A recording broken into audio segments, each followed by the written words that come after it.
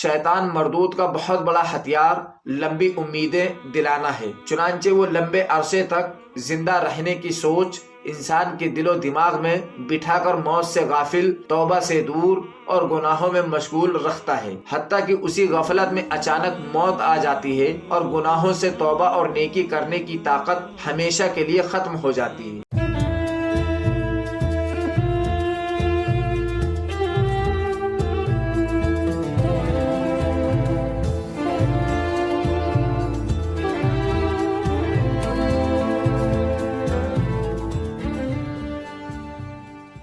الحمد للہ رب العالمین والصلاة والسلام علی سید المرسلین، اما بعد فاعوذ باللہ من الشیطان الرجیم، بسم اللہ الرحمن الرحیم۔ السلام علیکم ورحمۃ اللہ تعالی وبرکاتہ۔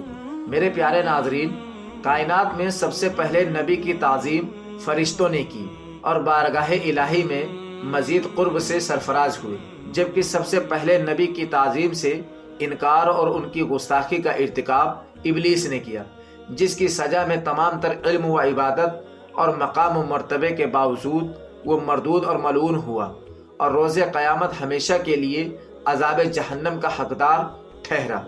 اس سے معلوم ہوا کہ نبی کی تعظیم کرنا فرشتوں کا مبارک عمل ہے، جس پر عمل کرنے والا فرشتوں کی سیرت پر عمل پیرا ہے، جبکہ نبی کی بے ادبی، گستاخی اور توہین کرنا ابلیس کا کام ہے، اور گستاخ بے ادب لوگ شیطان کے پیروکار ہیں۔ سامعین، یہ ہمیشہ ذہن نشین رکھیں کہ نبی کی تعظیم و توقیر فرض ہے اور ان کی ادنا توہین، گستاخی اور انہیں جھٹلانا کفر ہے۔ اللہ تعالی ہمیں اپنے نبیوں اور ولیوں کا با ادب رکھے اور بے ادبی سے اور بے ادبوں کی صحبت و شر سے ہمیشہ محفوظ فرمائے۔ محترم سامعین، یہاں ایک سوال پیدا ہوتا ہے کہ جب ابلیس نے اپنے عزائم واضح کر دیے تھے تو ظاہراً مصلحت کا تقاضا یہ تھا کہ اسے فنا کر کے لوگوں کی گمراہی کا ذریعہ ہی ختم کر دیا جاتا، لیکن ایسا نہیں کیا گیا۔ اس کی وجہ کیا ہے؟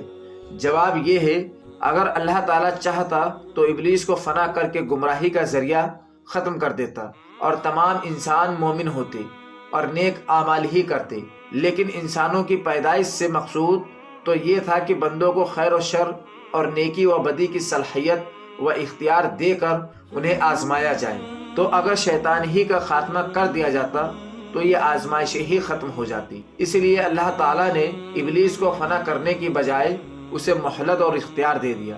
ارشاد باری تعالیٰ ہے، اور شیطان کا ان پر کچھ قابو نہ تھا مگر اس لیے کہ ہم دکھا دیں کہ کون آخرت پر ایمان لاتا اور کون اس کے بارے میں شک میں ہے، اور تیرا رب ہر چیز پر نگہبان ہے۔ ناظرین، پھر خیر و شر کی اس آزمائش کا پورا نظام یوں وجود میں آیا کہ اللہ تعالیٰ نے نیکی کی طرف بلانے کے لیے انبیاء و مرسلین علیہ السلام کو بھیجا، ان کے نائبین اولیاء اور علماء کو پیدا فرمایا، اور برائی کی طرف راغب کرنے کے لیے ابلیس کو مہلت و اختیار دیا اور اس کی ذریت کو پیدا فرمایا، اور خود انسان میں بھی دو قوتیں رکھ دی۔ ایک قوت اسے کفر، گمراہی اور برائی کی طرف راغب کرتی ہے اور دوسری اسے ایمان اور نیکی کی طرف متوجہ کرتی ہے۔ سامعین، انسان کو عقل عطا کی اور یہ اختیار دے دیا کہ وہ ایمان و کفر اور نیکی اور برائی کی ترغیبات میں سے کسی ایک کو اختیار کر لے، تو جو ایمان اور نیکی اختیار کرے گا وہ کامیابی سے سرفراز ہوگا، اور کفر، برائی اختیار کرنے والا ناکامی سے دوچار ہوگا۔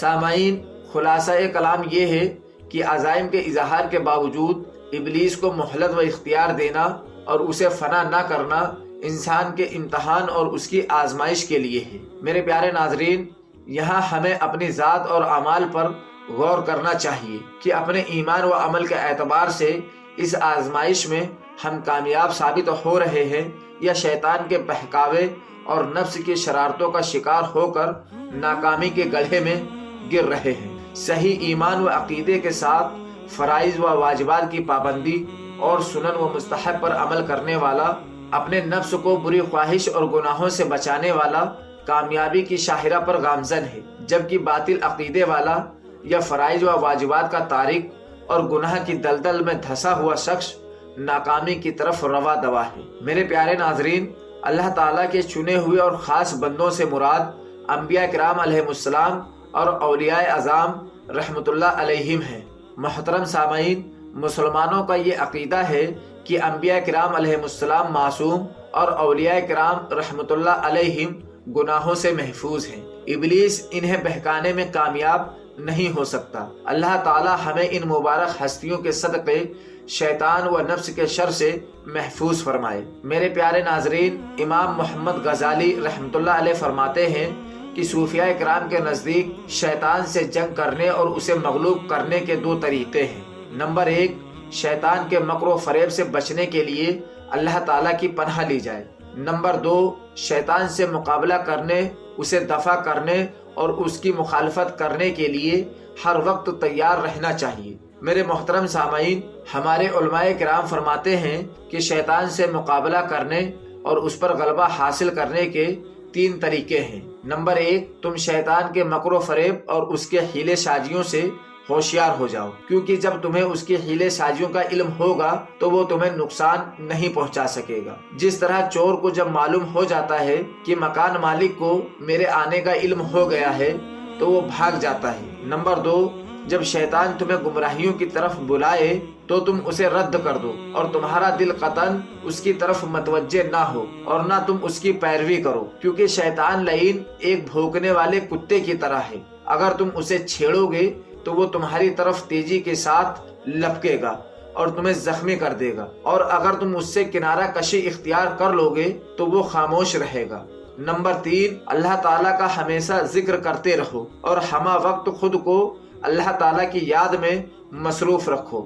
سامعین، اللہ تعالیٰ ہمیں ان طریقوں پر عمل پیرا ہونے کی توفیق عطا کرے اور شیطان کے شر سے محفوظ فرمائے۔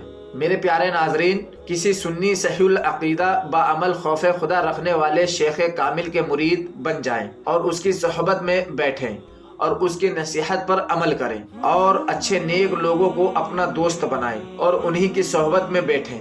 بروں کی صحبت شیطان کے بدترین اور مؤثرین جالوں میں سے ایک جال ہے۔ میرے پیارے ناظرین، فرشتوں نے کسی چوں چرا کے بغیر حکم الہی پر فوری عمل کرتے ہوئے حضرت آدم علیہ السلام کو سجدہ کیا، جبکہ شیطان نے حکم الہی کو اپنی عقل کے ترازو میں تولا، اسے عقل کے خلاف جانا اور اس پر عمل نہ کر کے بربادی کا شکار ہوا۔ اس سے معلوم ہوا کہ حکم الہی کو من و ان اور چوں چرا کے بغیر تسلیم کرنا ضروری ہے۔ حکم الہی کے مقابلے میں اپنی عقل استعمال کرنا، اپنی فہم و فراست کے پیمانے میں تول کر اس کے درست ہونے یا نہ ہونے کا فیصلہ کرنا اور مخالف عقل جان کر عمل سے منہ پھیر لینا کفر کی دلدل میں دھکیل سکتا ہے۔ محترم سامعین، ابلیس سے سرزد ہونے والے گناہوں میں بنیادی گناہ تکبر تھا۔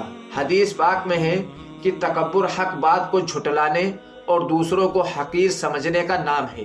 تکبر گناہ کبیرہ ہے اور جس کے دل میں رائے کے دانے کے برابر بھی تکبر ہوگا وہ جنت میں داخل نہ ہوگا، اور متکبروں کو قیامت کے دن لوگ اپنے پاؤں سے روندیں گے۔